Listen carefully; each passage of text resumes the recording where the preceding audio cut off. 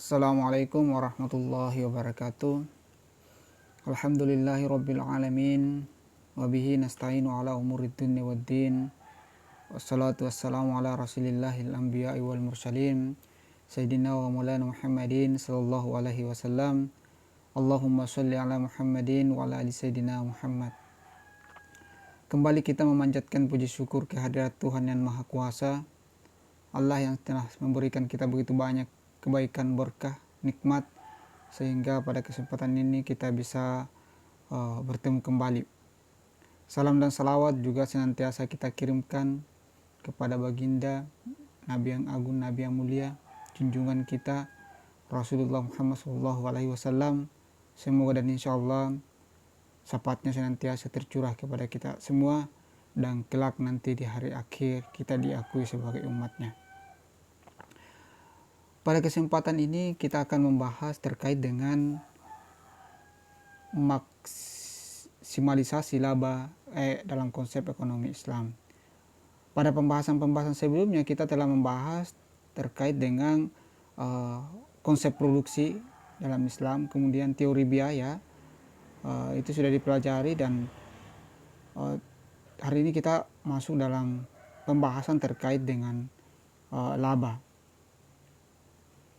Jadi laba ini sebenarnya merupakan atau keuntungan merupakan tujuan utama dari suatu perusahaan.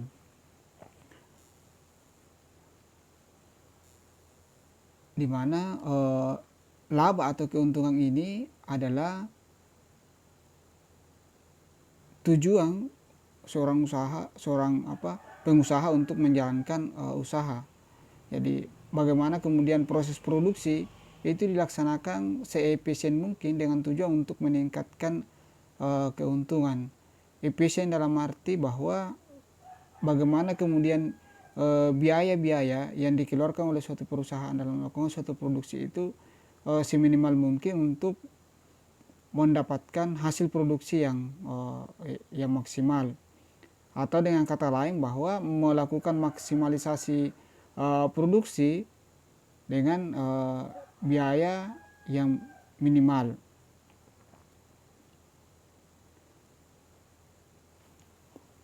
Jadi keuntungan ini secara teoritis adalah kompensasi atas risiko yang ditanggung oleh perusahaan.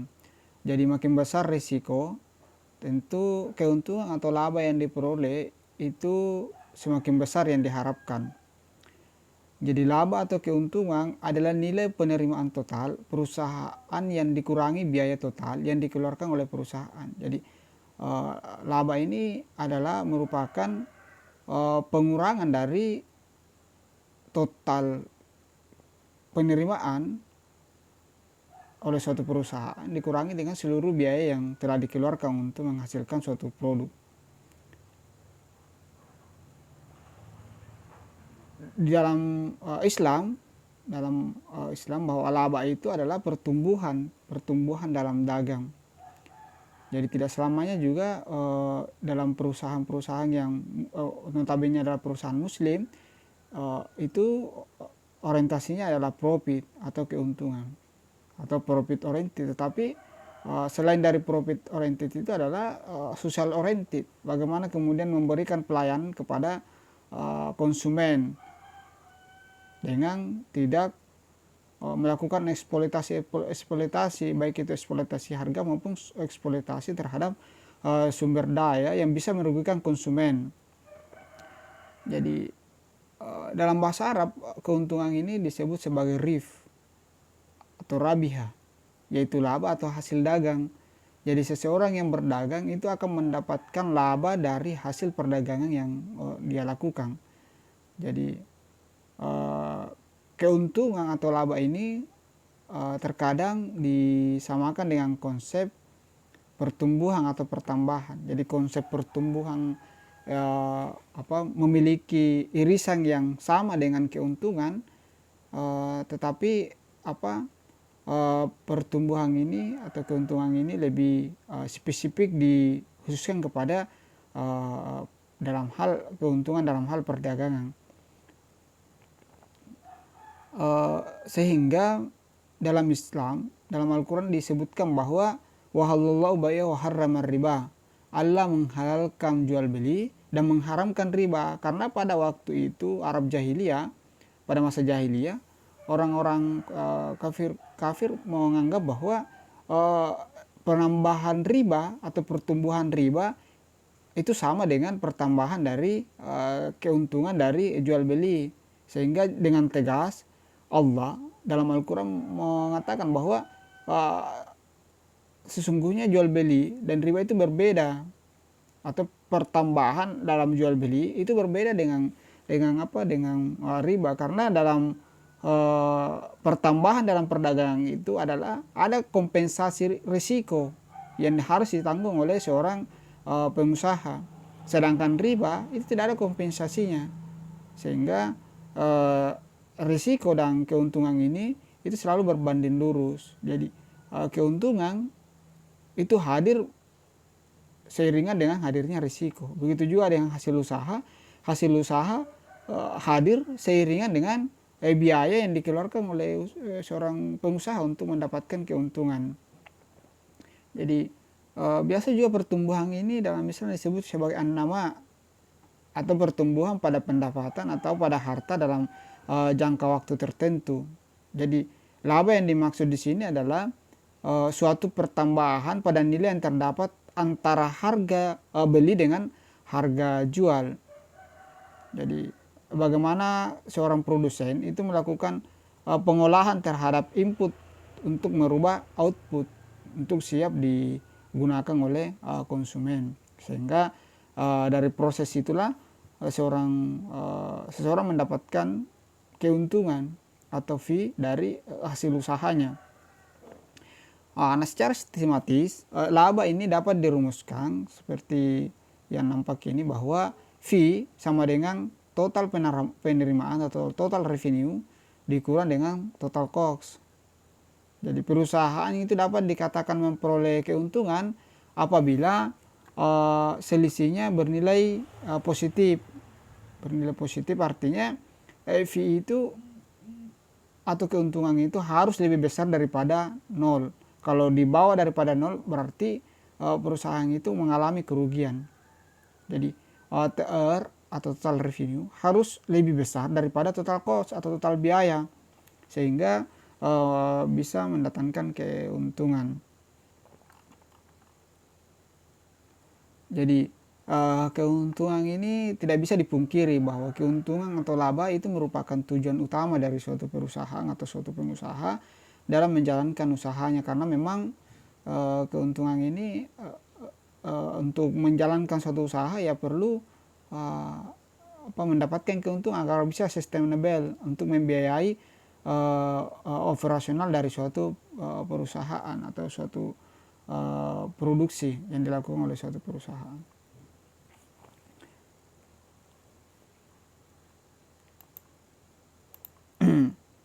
Jadi laba ini menjadi pendorong bagi pengusaha untuk melakukan usaha, atau keuntungan ini menjadi salah satu motivasi yang terdapat di mana terdapat perbedaan yang dalam sistem ekonomi konvensional dengan sistem ekonomi Islam dalam mencari keuntungan ini, di mana sudah kita bahas sebelumnya bahwa dalam konsep produksi Islam itu berbeda dengan konsep produksi konvensional, bahwa untuk melakukan efisiensi produksi tidak ada nilai-nilai yang mengatur, sedangkan dalam Islam, produksi dalam Islam itu ada nilai-nilai yang harus melekat terhadap suatu proses produksi.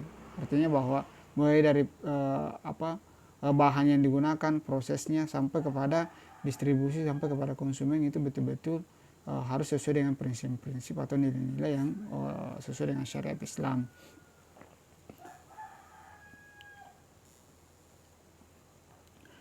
Kemudian kita masuk di dalam beberapa pendekatan yang bisa digunakan untuk menghitung laba maksimum. Ada 3 pendekatan yang biasanya digunakan di dalam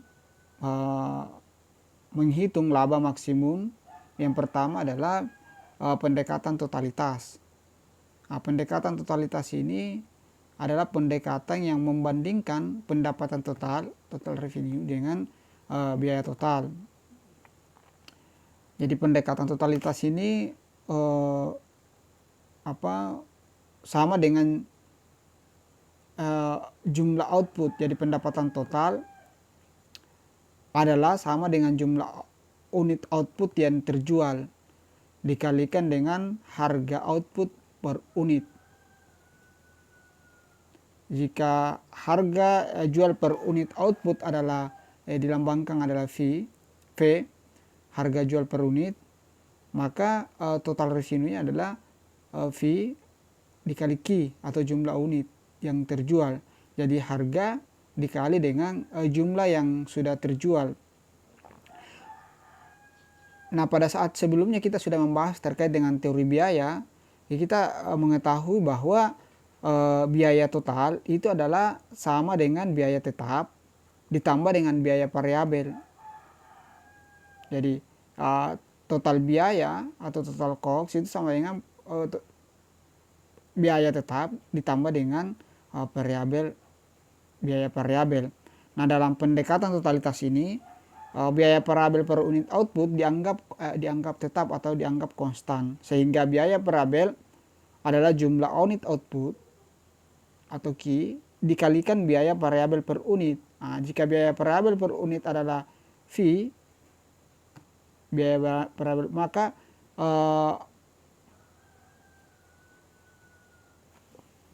kita bisa melihat persamaan ini. Jadi persamaan V sama dengan V dikali Q dikurang dalam kurung total biaya tetap ditambah dengan biaya variabel per unit. Jadi ini bisa dijelaskan, persamaan ini bisa dijelaskan dalam bentuk diagram. Nah, di mana kurva total revenue dan total cost dalam pendekatan totalitas ini dengan persamaan yang sudah disebutkan tadi, bahwa dalam diagram atau dalam kurva ini kita melihat bahwa pada awalnya perusahaan mengalami kerugian terlihat dari kurva TR total revenue yang masih di bawah kurva TC atau total cost. Tetapi jika output ditambah, kerugian makin kecil. Ini terlihat dari makin kecilnya jarak antara kurva TR total revenue dengan total cost. Nah, pada saat jumlah output mencapai Q bintang, ini ada Q, kurva total revenue berpotongan dengan kurva TC atau total cost, yang artinya pendapatan total sama dengan biaya total. Jadi pendapatan total sama dengan biaya total ini ada titik impas atau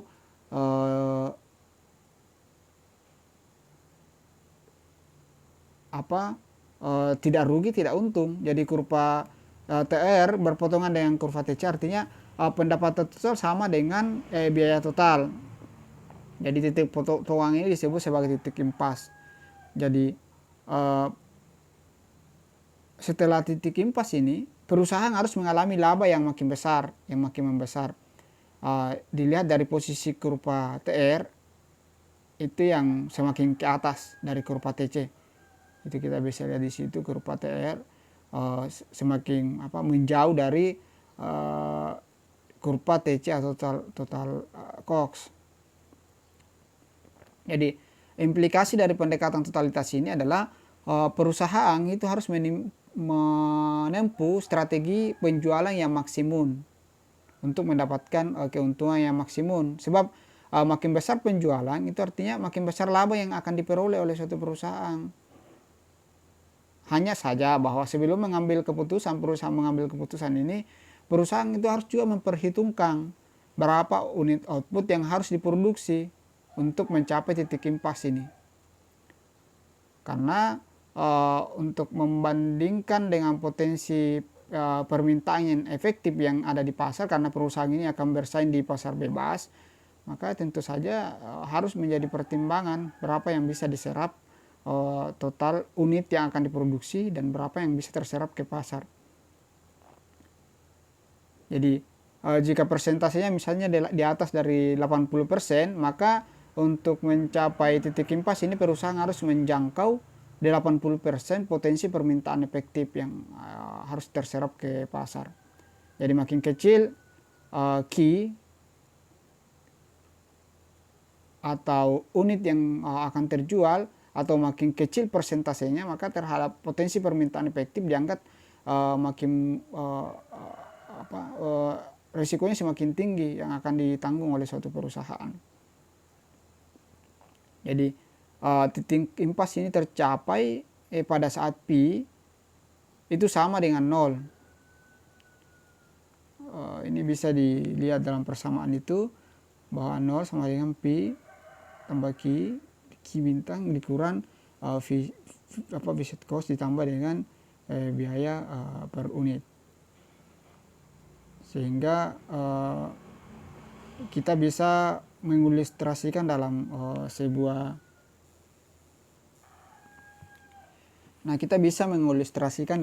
contoh. Misalnya ada seorang guru yang kesehariannya selain dia mengajar juga dia sebagai ibu rumah tangga. Katakanlah dia ibu wati yang dia punya kreativitas. Dia ingin merencanakan sebuah penghasilan keluarga dengan menjual jajanan anak-anak di sekolah, berupa misalnya permen coklat yang dia olah sendiri itu permen coklat. Nah, produknya ini akan dipasarkan ke beberapa sekolah dasar yang ada di sekitar tempat tinggalnya, karena dia juga kebetulan sebagai seorang guru, dia juga memasarkan di sekolahnya. Jadi jumlah permintaan potensial dilihat dari jumlah murid yang diberi uang jajan adalah 1.000 orang per hari. Nah, untuk setiap anak. Jadi untuk mewujudkan rencana Ibu Wati tadi, dia harus membeli alat-alat produksi dan mesin cetak sederhana seharga katakanlah 5 juta mesin yang akan digunakan. Jadi biaya produksi per biji permen coklat itu katakanlah 250 rupiah. Harga jual per biji itu 500 rupiah. Jadi pertanyaannya kemudian, apakah rencana ini layak dilakukan oleh Ibu Wati setelah mempelajari melakukan observasi terhadap perhitungan biaya yang dia sudah hitung. Nah, kalau kita menggunakan rumus ini atau persamaan ini, kita bisa mengilustrasikan seperti ini. Jadi biaya pembelian alat produksi dan mesin cetak sederhana adalah dianggap sebagai biaya tetap. Ya, karena besarnya tidak tergantung jumlah produksi, dia merupakan mesin. Sedangkan biaya variabel per unit tadi adalah 250 rupiah. Sedangkan harga jual per unit atau dilambangkan V adalah 500 rupiah.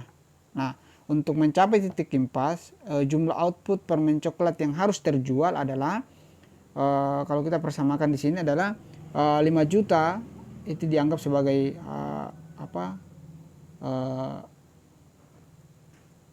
P-set cost atau biaya tetap yang merupakan tadi mesin. Kemudian harga per unit itu dikurang dengan biaya variabel 250, sehingga untuk mencapai titik impas ini permen coklat yang harus terjual itu adalah 20.000 per biji. Tentu saja ini merupakan target yang berat, tapi tergantung dari Ibu Wati tadi, apakah dia optimis untuk melakukan marketing penjualan atau penawaran terhadap murid anak sekolah. Misalnya, atau dia katakanlah misalnya pesimis dengan mengatakan bahwa sekitar misalnya dia hanya mampu menjual 10% dari permintaan potensial yang terjangkau. Berarti setiap hari hanya dapat menjual katakanlah 100 biji permen, sehingga 20.000 biji itu akan terjual dalam waktu 200 hari. Nah, tapi ketika dia yakin misalnya dia mampu menjual 50%, potensi pasar yang terjangkau atau 500 biji permen coklat per hari, 20.000 biji permen akan terjual hanya dalam waktu 40 hari. Setelah 20.000 biji permen penjualan selanjutnya itu akan memberikan keuntungan karena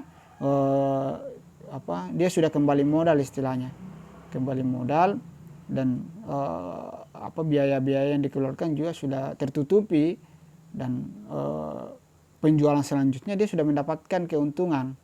Artinya penjualan di atas dari 20.000 biji permen itu dia sudah bisa mendapatkan keuntungan karena titik impasnya tadi adalah 20.000 biji. Jadi sehingga semakin banyak permen yang dijual, itu makin besar laba yang akan diperoleh oleh Ibu Wati tadi. Itu perhitungan secara sederhananya, secara matematis, secara kuantitatif dari analisis ini. Jadi pendekatan totalitas ini itu sering dipakai dalam kehidupan sehari-hari, karena memang mudah dan sederhana. Namun cara ini juga memiliki beberapa jadi dalam pendekatan totalitas ini seperti yang sudah dijelaskan, memang mudah dan sederhana untuk menghitung titik impas dari suatu biaya. Tapi tadi ada beberapa kendala. Pertama adalah bahwa dalam praktiknya ini sulit membedakan antara biaya tetap dengan biaya variabel. Misalnya listrik yang digunakan perusahaan ada yang untuk pabrik dapat menjadi biaya variabel, dan ada yang untuk kantor dapat menjadi biaya tetap. Ada seorang pegawai dalam perusahaan, terutama perusahaan keluarga, ini sering bekerja rangkap untuk kegiatan administratif, biaya tetap dan produksi, sehingga ini susah menganalisis apakah ini masuk biaya tetap atau masuk dalam biaya variabel. Kemudian yang kedua, pendekatan ini mengabaikan gejala penurunan pertambahan hasil yang menyebabkan baik kurva biaya maupun kurva pendapatan tidak berbanding garis lurus. Karena itu pendekatan totalitas ini ada dipakai bila usaha yang dianalisis relatif sederhana dengan skala produksi yang tidak begitu besar atau dalam tidak begitu besar.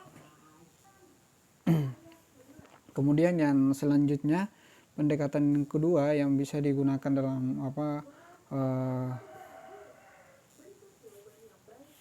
yaitu pendekatan rata-rata. Jadi untuk menghitung pendekatan yang kedua untuk menghitung laba maksimum ini adalah pendekatan rata-rata. Dalam pendekatan ini itu perhitungan laba per unit dilakukan dengan membandingkan antara biaya produksi rata-rata dengan harga jual atau output, sehingga didapat persamaan V sama dengan V tambah dengan produksi rata-rata, biaya produksi rata-rata ditambah kuantitas unit yang diproduksi. Jadi dari persamaan ini perusahaan itu akan mencapai laba bila harga jual per unit atau yang dilambangkan dengan V itu lebih dari biaya rata-rata. Jadi perusahaan hanya mencapai angka impas bila V atau harga jual per unit itu dari output yang dihasilkan itu sama dengan AC atau sama dengan biaya rata-rata. Jadi keputusan untuk memproduksi atau tidak didasarkan kepada perbandingan besarnya harga jual output per unit dengan biaya rata-rata. Jadi bila V atau harga jual itu lebih kecil atau sama dengan AC atau biaya rata-rata, perusahaan tidak mau melakukan produksi. Karena kenapa? Ini akan mengalami kerugian. Jadi implikasi pendekatan rata-rata adalah perusahaan atau unit usaha harus menjual sebanyak-banyaknya agar laba atau fee itu makin besar atau keuntungan makin besar. Contoh kasus misalnya, sebuah perusahaan, katakanlah perusahaan PT Tani Makmur, itu ingin menanam singkong Jadi usahanya adalah untuk produk yang dihasilkan adalah singkong. Itu akan dibeli di lahan produsen tapioka seharga 150 per kilogram. Setiap hektar itu diperkirakan menghasilkan singkong minimal 25 ton. Berdasarkan studi pendahuluan, itu biasa atau observasi awal yang dilakukan oleh perusahaan untuk menghitung biaya produksi itu didapat bahwa biaya persiapan lahan itu katakanlah 500.000 per hektar. Biaya penanaman dan perawatan termasuk pupuk dan obat-obatan serta tenaga kerja itu dianalisis itu sampai 1 juta per hektar. Kemudian biaya panen, pencabutan, pemotongan itu dianalisis sampai 10.000 per kilogram. Jadi jika perusahaan PT Tani Makmur tadi ingin menargetkan keuntungan sebesar 1 miliar, nah pada musim tanam mendatang pertanyaannya kemudian, kalau targetnya 1 miliar, berapa hektar singkong yang harus ditanam oleh perusahaan PT Tani Makmur ini? Nah, jadi langkah pertama yang harus dilakukan adalah menghitung biaya rata-rata per kilogram dari singkong yang akan dihasilkan. Jadi sampai siap dijual di lahan, karena ini perusahaan yang pengolahan yang sudah bekerja sama dengan perusahaan PT Tani Makmur ini, perusahaan tapioka ingin mengambil singkong itu di lahan atau tidak memakan biaya distribusi yang seharga tadi 150.000 per kilogram. Jadi karena yang sudah diketahui hanya biaya panen per kilogram, kita harus menghitung biaya rata-ratanya per kilogram dari persiapan lahan dan menanam ini.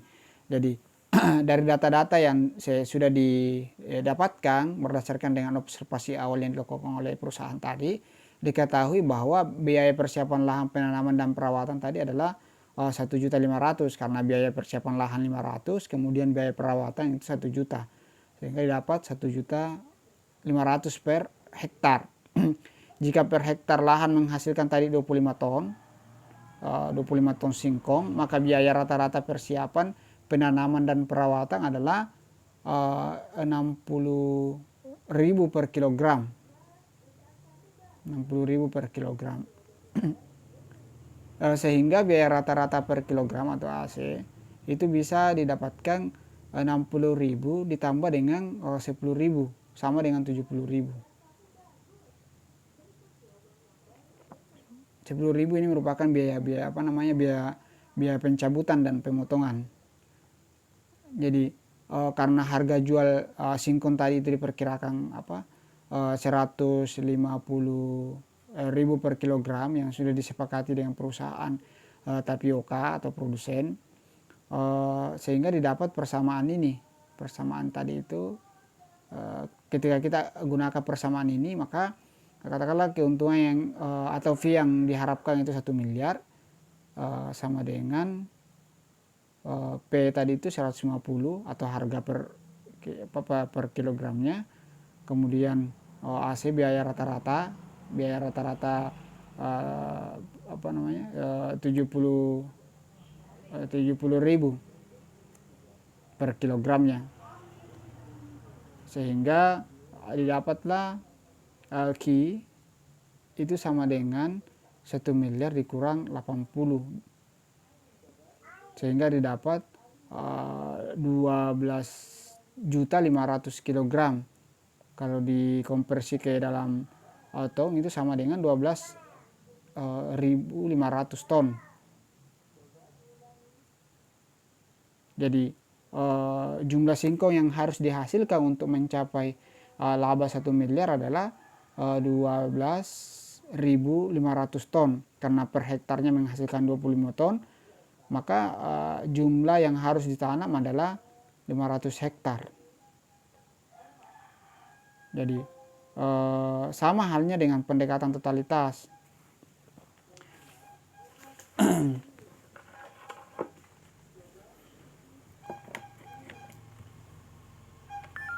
Jadi sama halnya dengan pendekatan totalitas ini, pendekatan rata-rata juga banyak dipakai karena sederhana, perhitungannya sederhana. Namun pendekatan ini juga mengabaikan gejala penurunan pertambahan hasil.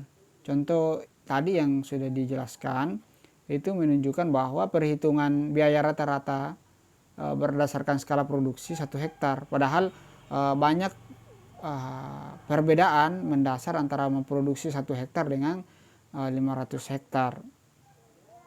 Pada skala produksi 1 hektar atau barangkali sampai 10 hektar, perusahaan tidak mengalami masalah-masalah berarti dikaitkan dengan kebutuhan SDM, sumber daya manusia, teknologi produksi maupun manajemen, karena hanya 1 hektar. Tapi kalau misalnya dalam arti kualitas SDM, sumber daya manusia yang dibutuhkan tidak terlalu tinggi atau tidak perlu tinggi, lahan bisa juga dikelola dengan teknologi yang sederhana kalau dalam hitungan per hektar, dan pengolahan usahanya juga cukup dengan manajemen keluarga.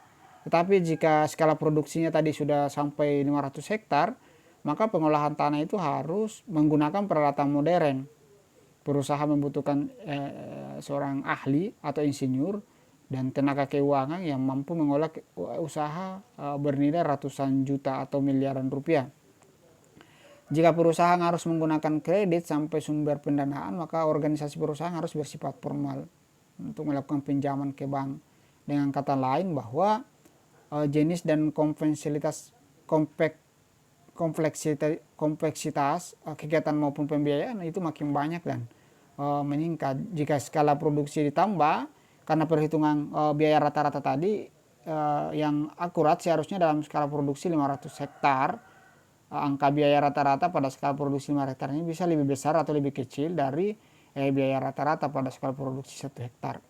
Nah, jika perusahaan menikmati skala produksi ekonomis, maka biaya rata-rata akan lebih kecil dari 70.000 per kilogram. Begitu juga sebaliknya, ketika misalnya menggunakan teknologi yang modern, maka boleh jadi ketika penambahan biaya rata-ratanya itu semakin menurun. Kemudian yang ketiga, pendekatan untuk menghitung laba maksimum itu adalah pendekatan marginal. Nah, dalam pendekatan marginal ini perhitungan laba itu dilakukan dengan membandingkan biaya marginal dan pendapatan marginal. Laba maksimum akan tercapai pada saat biaya marginal itu sama dengan biaya pendapatan marginal. Jadi pendapatan marginal sama dengan biaya marginal. Jadi laba maksimum dalam pembahasan pendekatan ini, pendekatan marginal, itu bisa dilihat dalam kurva atau diagram untuk menjelaskan ini. Di mana dalam teori biaya produksi kita telah membahas terkait dengan kurva biaya total yang berbentuk kurvanya seperti huruf X. Seperti huruf X terbalik, kurva pendapatan total atau total revenue itu diperoleh dengan cara mengalihkan kurva produksi total dengan jumlah output per unit. Pada pembahasan teori produksi telah kita jelaskan bahwa telah diketahui bahwa kurva total produksi berbentuk huruf S, karena kurva total revenue diperoleh dengan cara mengalihkan kurva total produksi dengan sebuah bilangan sebesar nilai harga produksi. Maka kurva total revenue juga berbentuk huruf S. Kurva TR dikurangi dengan kurva total COGS menghasilkan kurva laba, seperti yang tampak pada diagram ini. Nah, dalam diagram ini itu kurva TR, TC dan laba itu saling bersinggungan.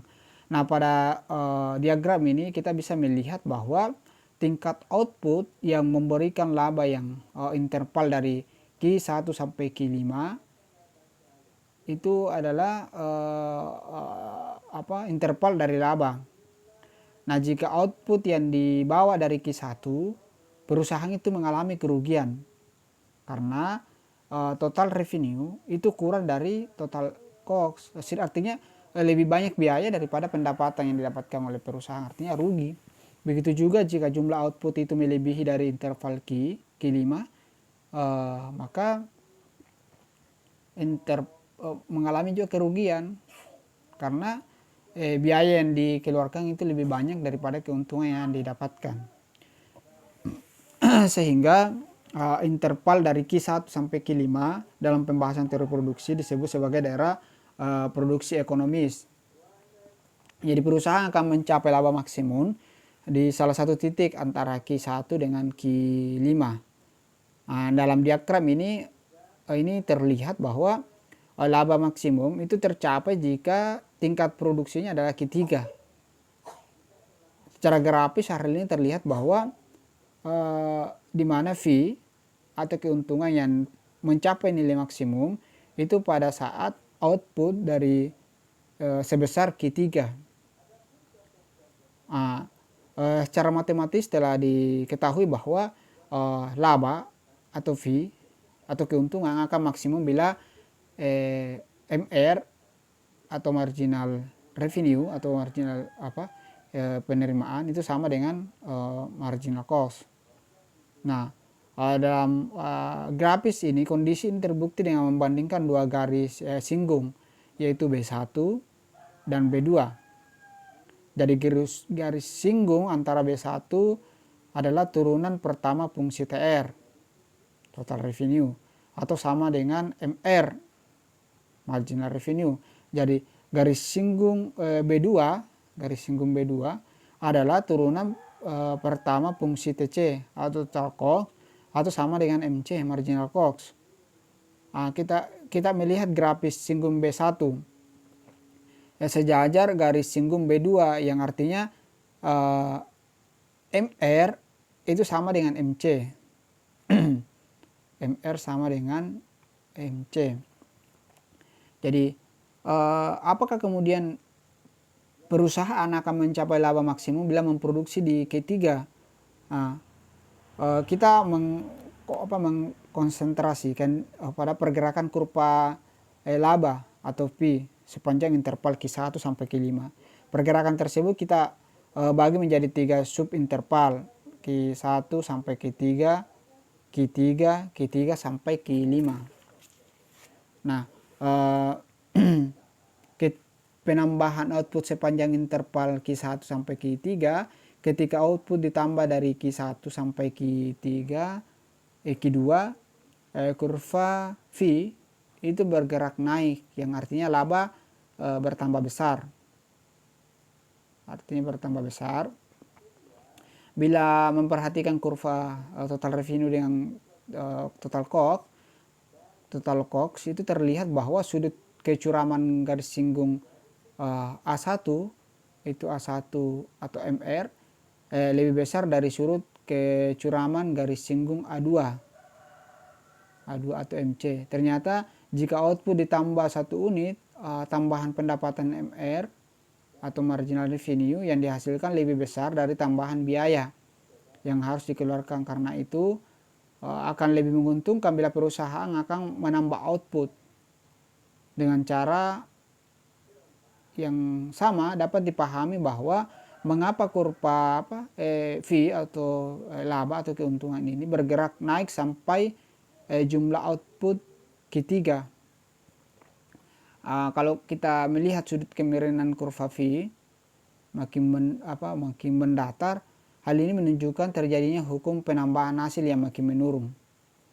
Jadi semakin tinggi produksinya, itu tidak mendatangkan keuntungan tetapi justru mengalami kerugian karena keuntungan yang didapatkan itu semakin menurun.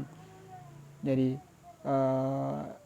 tetapi ketika pada saat jumlah output itu ketiga, seperti yang sudah dijelaskan tadi bahwa garis singgung B1 dan sejajar dengan garis singgung B2, jika output ditambah 1 unit maka tambahan pendapatan itu yang diperoleh sama persis dengan tambahan biaya yang harus dikeluarkan.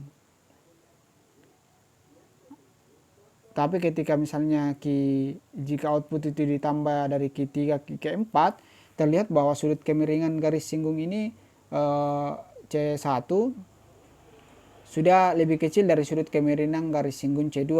Artinya jika output ditambah 1 unit, tambahan pendapatan MR diperoleh lebih kecil dibandingkan dengan tambahan biaya. Dalam kondisi seperti ini perusahaan itu akan mengalami kerugian bila terus menambah output. Terlihat dari grafik ini bahwa gerak penurunan dari kurva V itu semakin menurun. Jadi tingkat output yang membuat perusahaan mencapai laba maksimum itu adalah di Q3. Jadi berdasarkan dengan beberapa perhitungan, 3 perhitungan ini untuk memaksimalkan laba. Pertama adalah perhitungan totalitas, kemudian yang kedua tadi adalah pendekatan rata-rata, dan yang ketiga adalah pendekatan marginal. Nah, perusahaan kalau kita melihat ini bahwa perusahaan-perusahaan kecil itu susah bersaing dengan perusahaan besar, di mana kita melihat bahwa di era reformasi sekarang ini itu melahirkan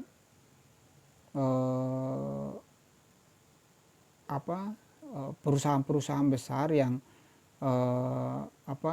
yang menggerus ekonomi kerakyatan. Artinya perusahaan-perusahaan kecil atau yang notabene industri-industri rumah tangga itu tidak mampu bersaing dengan perusahaan-perusahaan kecil kayak perusahaan besar, karena harganya tidak mampu bersaing. Harga yang ditawarkan oleh perusahaan-perusahaan besar lebih terjangkau dibandingkan dengan perusahaan-perusahaan atau industri yang skala kecil, skala mikro yang menggunakan teknologi yang terbatas. Sedangkan industri yang menggunakan teknologi yang modern atau canggih itu total biaya rata-ratanya semakin menurun. Artinya semakin penambahan produksi itu efisiensi dari penambahan produksi semakin besar, maka teknologi yang digunakan juga semakin canggih sehingga menurunkan biaya rata-rata, yang artinya bahwa total biayanya juga menurun, sehingga produk yang dihasilkan itu relatif murah dibandingkan dengan notabene yang industri-industri rumahan atau industri kecil dan skala mikro yang tidak menggunakan teknologi yang canggih. Sehingga banyak perusahaan-perusahaan yang tidak mampu bersaing dengan perusahaan besar, perusahaan kecil yang tidak mampu bersaing dengan perusahaan kecil. Sehingga banyak warung-warung tradisional yang tutup karena kalah bersaing dengan pasar swalayan, supermarket misalnya. Tetapi dalam tahun-tahun terakhir ini banyak supermarket yang tutup karena hadirnya hypermarket. Banyaknya mungkin kita rasakan juga di daerah kita bahwa banyaknya hypermarket yang hadir itu menggerus warung-warung kecil atau warung-warung tradisional. Orang lebih senang berbelanja di hypermarket karena harga yang ditawarkan itu lebih murah dibandingkan dengan yang ditawarkan di warung-warung tradisional atau pasar-pasar tradisional.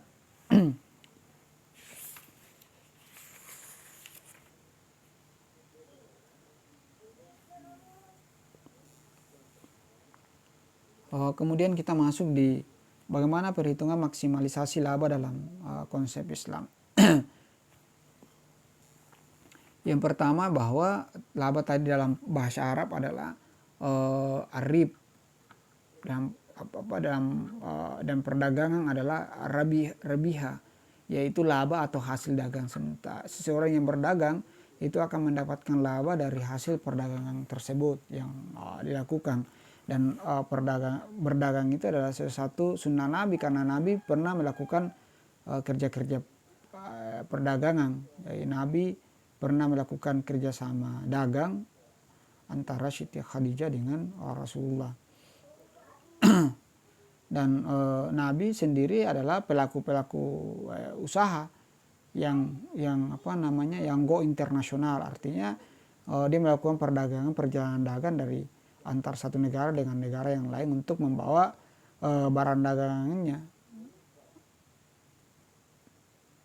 Dan perdagangan yang dilakukan dengan baik dan benar sesuai dengan syariat Islam, maka itu adalah perdagangan yang berkah, dan mendapatkan keuntungan yang didapatkan adalah keuntungan yang berkah. Hasil yang didapatkan adalah hasil yang berkah. Sebagian ulama dari kalangan Malikiyah ini membatasi maksimal pengambilan laba itu tidak boleh melebihi dari 1/3 modal. Artinya bahwa keuntungan yang didapatkan oleh pengusaha atau produsen itu atau para pedagang itu tidak boleh lebih dari sepertiga modal yang dikeluarkan. Ini disamakan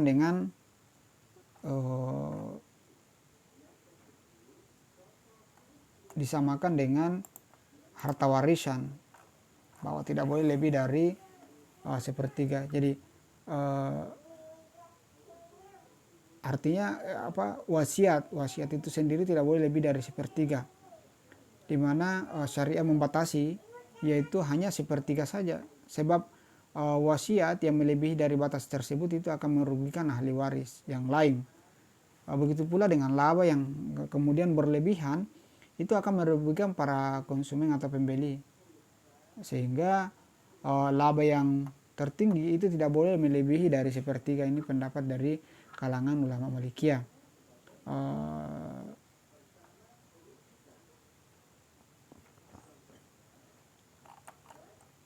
Menurut ulama Malikiyah bahwa keuntungan itu bisa didapatkan dari beberapa macam. Pertama adalah ar-rib at-tijari atau laba usaha.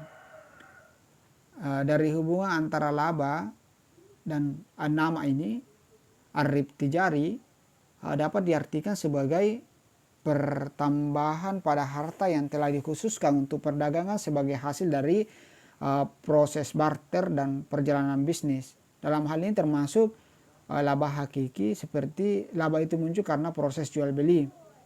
Dalam bentuk ini laba juga termasuk nama yang berkaitan dengan hasil harta. Jadi ar-rib at-tijari ini adalah laba usaha atau laba perdagangan yang dilakukan dengan cara transaksi jual beli atau keuntungan yang didapat dari proses membeli dan menjual. Dia hanya sebagai perantara atau pedagang atau distributor yang dari produsen ke konsumen. Kemudian al-ghallah ini itu pertambahan yang terdapat pada barang dagangan sebelum penjualan, seperti misalnya wol atau susu dari hewan yang dijual, atau buah kurma yang dipetik untuk berdagang. Nah, pertambahan ini tidak bersumber pada proses dagang, yang tidak pula pada usaha manusia. Jadi misalnya dia membeli kurma, tapi dijual lagi dalam kurma, tidak diproses. Dia misalnya membeli susu dari hewan, kemudian dia jual lagi tanpa diolah, susu itu tanpa diolah. Atau misalnya orang menjual rambutan, dijual lagi dalam bentuk yang rambutan itu disebut keuntungan, itu disebut sebagai al-ghallah. Kemudian al-faidah ini adalah pertambahan pada barang milik yang ditandai dengan perbedaan antara waktu pembelian dengan harga penjualan, yaitu ada suatu proses yang baru yang berkembang dari barang-barang kepemilikan. Jadi ini masuk dalam proses produksi oleh suatu perusahaan, membeli barang input kemudian diproses untuk menghasilkan output. Keuntungan itu disebut sebagai, dalam Islam disebut sebagai al-faidah. keuntungan yang diperoleh dari suatu proses pengolahan untuk merubah dari barang jadi barang mentah menjadi barang setengah jadi, kemudian diolah lagi menjadi barang jadi. Jadi ada beberapa tahap proses, misalnya benang itu tidak langsung bisa digunakan. Benang ini dari proses pemintal kemudian masuk dalam proses menjadi benang, kemudian diproses lagi dalam bentuk kain, kemudian diproses lagi dalam bentuk pakaian. Itu ada beberapa tahap proses sehingga bisa dipakai menjadi sebuah pakaian. Itu keuntungan yang didapat itu disebut sebagai al-faidah. Kemudian yang selanjutnya dalam pandangan Wahbah Aswaili bahwa Islam itu tidak memiliki batasan atau standar yang jelas tentang laba atau keuntungan. Artinya bahwa Aswaili dalam hal ini itu tidak memberikan standar atau batasan yang secara spesifik terkait dengan keuntungan, sehingga pedagang itu melakukan bebas untuk menentukan laba yang diinginkan dari suatu barang. Hanya saja di sini bahwa menurut Wahbah Aswaili bahwa keuntungan yang berkah atau yang baik itu adalah keuntungan yang tidak terlalu berlebihan, karena pembatasan laba dalam Islam memang tidak dijelaskan standarisasinya bahwa seperti ini. Tapi Wahbah Aswaili beranggapan bahwa seperti ulama Malikiyah bahwa laba yang baik itu adalah laba yang tidak lebih dari sepertiga dari modal. Tidak boleh berlipat-lipat keuntungan yang didapatkan, karena ini akan melakukan eksploitasi terhadap konsumen yang pada akhirnya merugikan konsumen. Kemudian menurut Abbas J. Ali, Abdurrahman dan Abdurrahman Ali, Abdullah al-Uwaida, bahwa al-Uwaihan, laba yang berlebihan itu ditakutkan akan menimbulkan eksploitasi.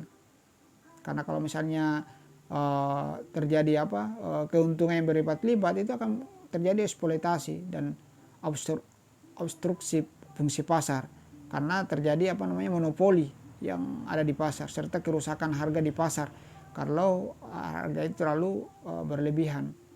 Sedangkan Zubair Hasan menjelaskan bahwa Islam menegaskan agar tidak berlebihan mengambil laba dalam perdagangan. Jadi Al-Ghazali juga bersifat sangat kritis terhadap laba yang berlebihan. Jadi jika seorang pembeli menurut Al-Ghazali bahwa menawarkan harga yang lebih tinggi daripada harga yang berlaku, penjual itu harus menolaknya. Karena laba akan menjadi berlebihan walaupun itu bukanlah suatu kelaziman jika tidak ada penipuan di dalamnya. Jadi berkaitan dengan hal ini, ia menyatakan bahwa laba normal itu seharusnya berkisar antara 5-10% dari harga barang. Tidak boleh lebih dari itu. Jadi lebih jauh ia menekankan bahwa penjual seharusnya didorong oleh laba yang diperoleh dari pasar yang hakiki, yaitu akhirat. Karena proses keuntungan ini kan bukan hanya keuntungan dunia, tapi keuntungan akhirat ketika orang melakukan perdagangan dengan baik dan benar sesuai dengan syariat Islam.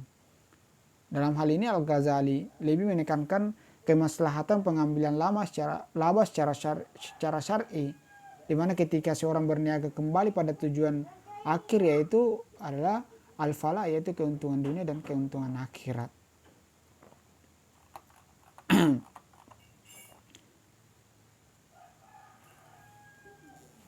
Jadi beberapa pandangan terkait dengan maksimalisasi keuntungan dalam Islam. Jadi keuntungan ini merupakan tujuan usaha pengusaha dalam menjalankan usaha, sehingga proses produksi dilaksanakan seefisien mungkin tadi, bahwa bagaimana kemudian menjalankan suatu usaha agar biaya yang dikeluarkan itu seminimal mungkin. Kemudian bagaimana penentuan posisi laba secara Islam. Jadi penentuan posisi laba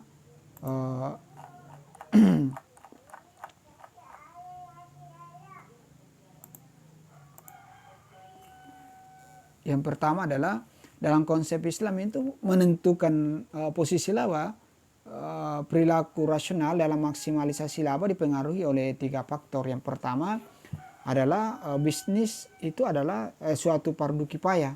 Jadi bisnis itu harus ada segelintir orang yang melakukan. Jadi fardu kifayah yang dimaksud di sini ketika misalnya sudah ada beberapa orang yang melakukan itu, ya kewajiban yang lain tidak terlepas dari kewajiban itu. Tapi mesti harus ada orang yang bergerak di bidang itu. Karena ini merupakan bisnis ini adalah suatu perdagangan itu merupakan perantara dari seorang produsen atau produksi ke konsumen. Dia merupakan distributor. Jadi bisnis Islam ini adalah serangkaian aktivitas bisnis yang dalam berbagai bentuknya yang tidak dibatasi jumlah kepemilikan hartanya termasuk profitnya, namun dibatasi dalam cara memperolehnya. Jadi dan pendayagunaan karena aturan halal haram. Jadi aturan halal haram tersebut sangat diperlukan untuk setiap individu yang berhubungan dengan ekonomi. Nah, dalam dunia bisnis itu terdapat beberapa istilah yang digunakan seperti jual beli maupun untung rugi. Jadi Islam menempatkan bisnis di tempat yang paling mulia. Namun di sisi lain bisnis juga bisa ditempatkan sebagai kewajiban sosial individu untuk memenuhi kebutuhan mereka. Jadi para ahli hukum Islam itu mengklasifikasikan bisnis sebagai fardu kifayah. Itu banyak dalam Al-Quran. Seperti misalnya dalam surat Taubah ayat 111 itu dijelaskan tentang janji Allah bagi orang-orang yang jujur dalam melakukan aktivitas bisnis. Jadi Allah berfirman yang artinya, yang terjemahnya, sesungguhnya Allah itu membeli dari orang-orang yang mukmin harta dan jiwa mereka, dan sebagai imbalan mereka adalah memperoleh surga. Siapa yang lebih menepati janjinya selain Allah, maka bergembiralah dengan jual beli yang kamu lakukan itu, yaitu kemenangan yang besar. Ini dalam ayat ini menjelaskan bahwa orang-orang yang melakukan aktivitas bisnis dengan mengharapkan keuntungan yang dilayani oleh Allah dengan menawarkan suatu bursa yang tidak mengenal kerugian maupun penipuan. Artinya ketika berbisnis dengan Allah maka tidak ada kerugiannya. Dalam ayat lain juga dijelaskan pula bahwa seorang muslim itu tidak diperkenankan untuk menganggur sepanjang saat. Jadi perlu bekerja, bahwa prinsip Islam itu bahwa setiap dalam kesulitan itu selalu ada kemudahan. Jadi tidak ada suatu masalah yang tidak ada jalan keluarnya. Memang berbisnis itu ada untung ruginya. Kadang orang untung, kadang rugi. Karena memang itulah prosesnya. Tidak boleh selamanya untung dan tidak boleh selamanya rugi. Jadi dalam bisnis pasti ada dua hal itu. Apakah dia untung atau rugi.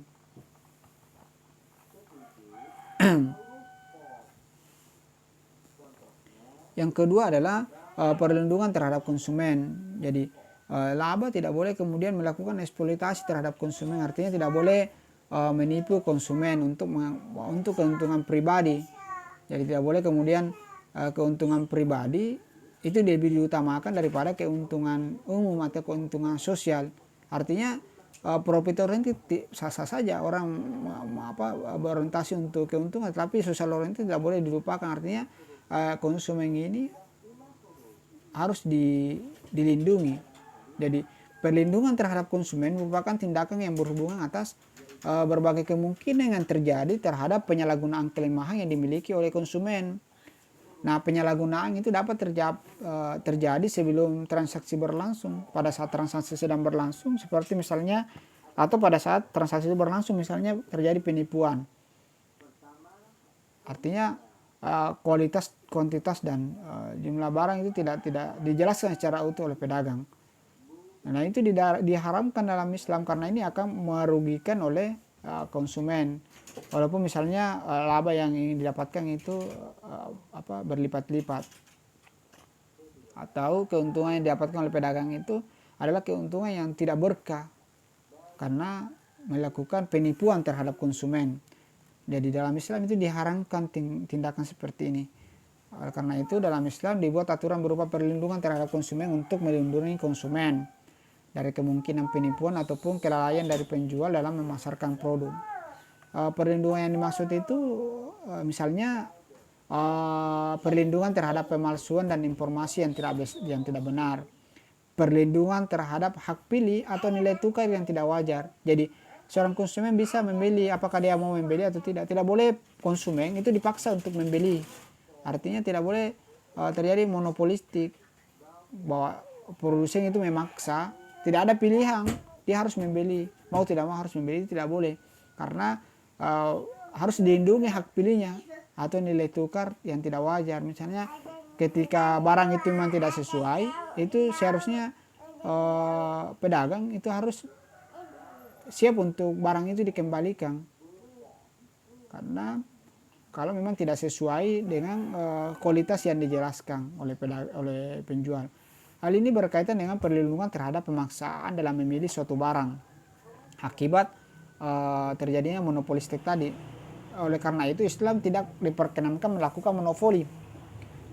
Kemudian perlindungan terhadap keamanan produk dan lingkungan yang sehat. Kemudian perlindungan atas pemakaian alat ukur yang tidak tepat. Hal ini berkaitan dengan ketepatan kualifikasi barang yang diminta, mulai dari ukuran berat, isi, kandungan isi, dan semua yang tertulis pada label kemasan. Banyak juga pedagang yang lain takaran yang digunakan untuk membeli, lain takaran yang digunakan untuk menjual. Ini sesuatu yang tidak boleh dibolehkan, karena pemakaian alat ukur ini harus tepat, harus standarisasi, artinya harus sudah sesuai. Kemudian perlindungan untuk mendapatkan hak advokasi dan penyelesaian sengketa ketika terjadi sengketa.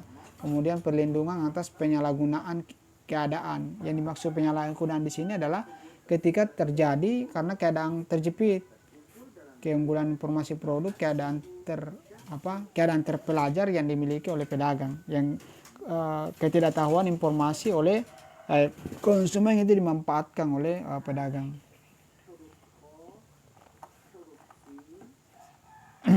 Kemudian yang ketiga adalah bagi hasil di antara faktor yang mendukung. Jadi karena seperti yang dijelaskan juga sebelumnya bahwa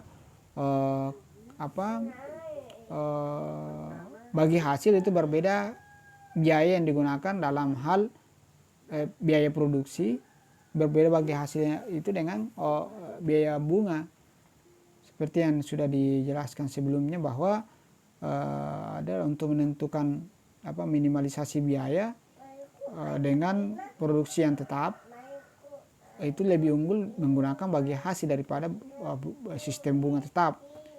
Begitu juga dengan memproduksi kuantitas yang maksimal dengan biaya yang tetap, maka bagi hasil lebih efisien digunakan.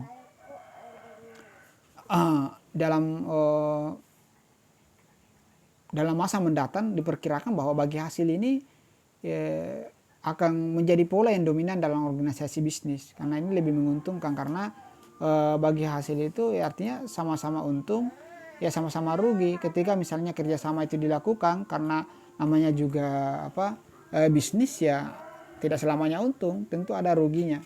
Kalau misalnya dia menggunakan sistem mudharabah, yang artinya ada pemodal, ada mudarib, ketika misalnya ada keuntungan, maka keuntungan itu dinikmati secara bersama.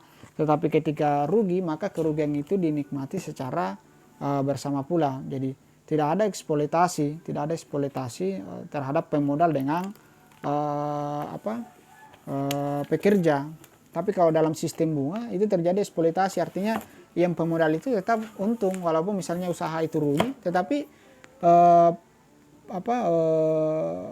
mudarib atau pekerja ini itu akan mengalami kerugian karena dia harus membayar bunga tetap yang sudah ditetapkan oleh pemodal, sementara dia rugi dalam usahanya. Sementara dalam bagi hasil ini bahwa pihak-pihak yang bertransaksi itu saling mencampurkan asetnya menjadi satu kesatuan dan kemudian menanggung risiko bersama-sama dan mendapatkan keuntungan yang bersama-sama. Jadi keuntungan dan kerugian itu ditanggung bersama. Karena itu kontrak ini tidak memberikan kepastian pendapatan atau return atau fee atau laba, baik itu dari segi jumlah maupun waktu. Jadi tidak ada ketentuan bahwa akan mendapatkan keuntungan dalam waktu sekian, itu hanya sebuah analisis perkiraan mungkin yang bisa dianalisis dan bisa diobservasi, tetapi tidak bisa ditentukan secara pasti karena memang ada kondisi di mana tidak bisa ditentukan kepastian dari keuntungan itu. Jadi kontrak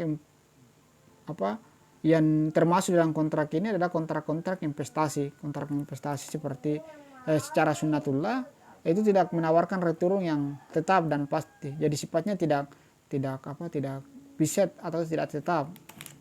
Misalnya kontrak-kontrak dalam Islam dalam sistem bagi hasilnya atau kerjasama ini misalnya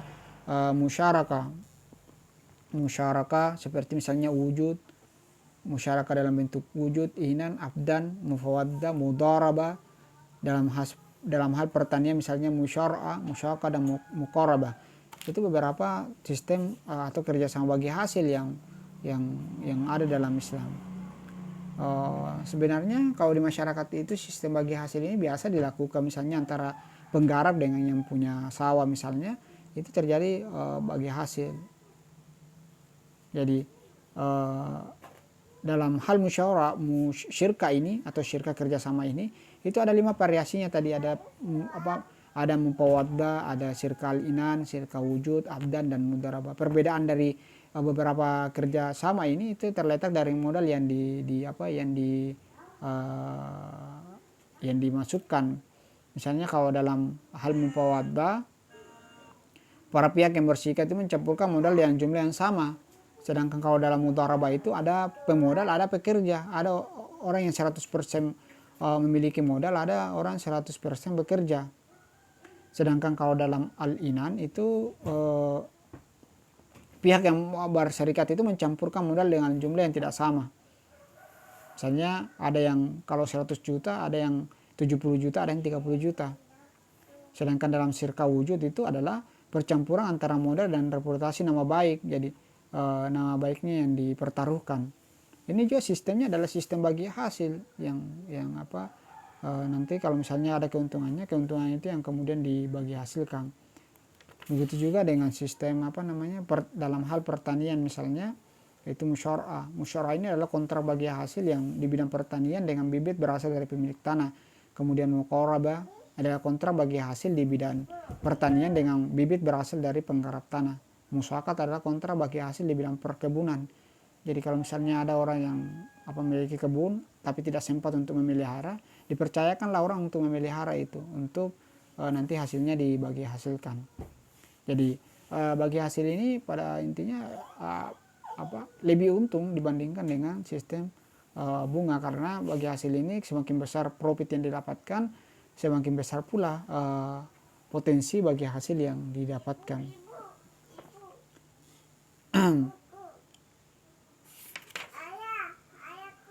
Saya rasa itu penjelasan singkat saya terkait dengan materi ini dalam maksimalisasi biaya produksi. Maksimalisasi laba atau keuntungan dari hasil produksi atau dari hasil usaha. Terima kasih banyak atas perhatiannya, kurang lebihnya mohon dimaafkan. Wallahul muwaffiq ila aqwamit thariq. Wassalamualaikum warahmatullahi wabarakatuh.